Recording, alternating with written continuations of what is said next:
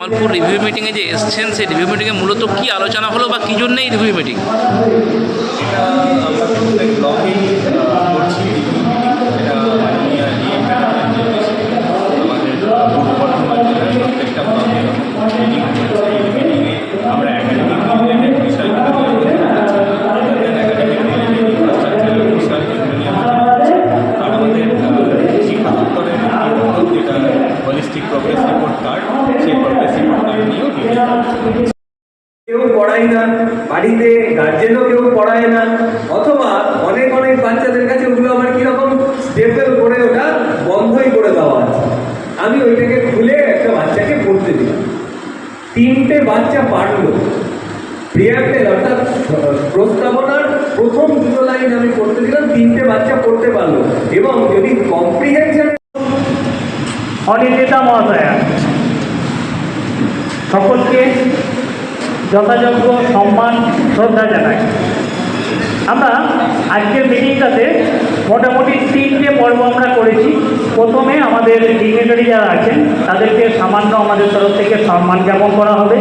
এরপরে ডিগনিটারিদের বিভিন্ন আলাপ আলোচনা এবং আপনাদের সমস্যার সমাধান সমস্ত বিষয়টাতে তাদের পক্ষ থেকে শোনা যাবে।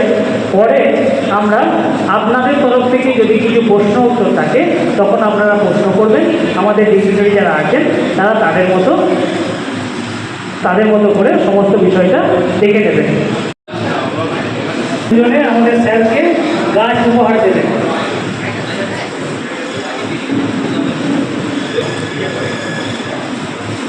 রহমান সাহেব এবং স্যার আপনারা দুজনে স্যারকে গাছ দিন। আমাদের এই সুন্দর মুহূর্তটাকে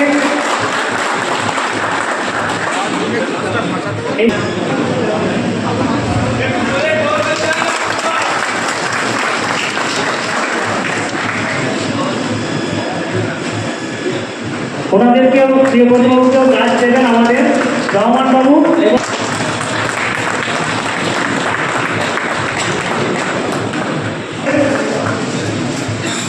আনন্দময়ী ম্যাডামকে বরণ করে নিয়ে যেতে হবে। এবার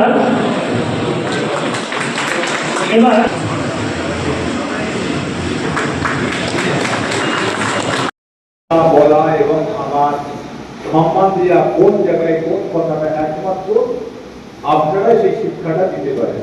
আর সেই শিক্ষা দিয়েছেন বলেই আমি আজকে আপনাদের সাথে 2-4টে কথা বলতে পারছি।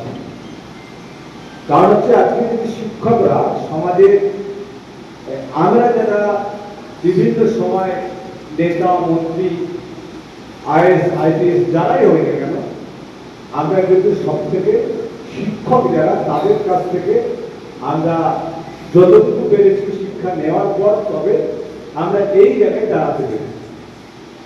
তো আপনাদের কাছে আমার অনুরোধ, আমাদের মাননীয় মুখ্যমন্ত্রী মমতা বন্দ্যোপাধ্যায় পাড়ায় সমাধানে বিভিন্ন বুথে 10 লক্ষ টাকা করে দিচ্ছেন।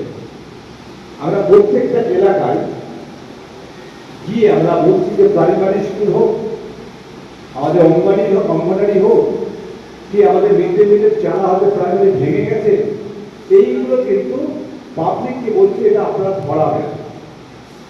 যদি 50,000 টাকা খরচা হয় তাহলে আমার প্রাইভেট স্কুলে মিড ডে মিলে হয়তো চালাটা ভেঙে গেছে।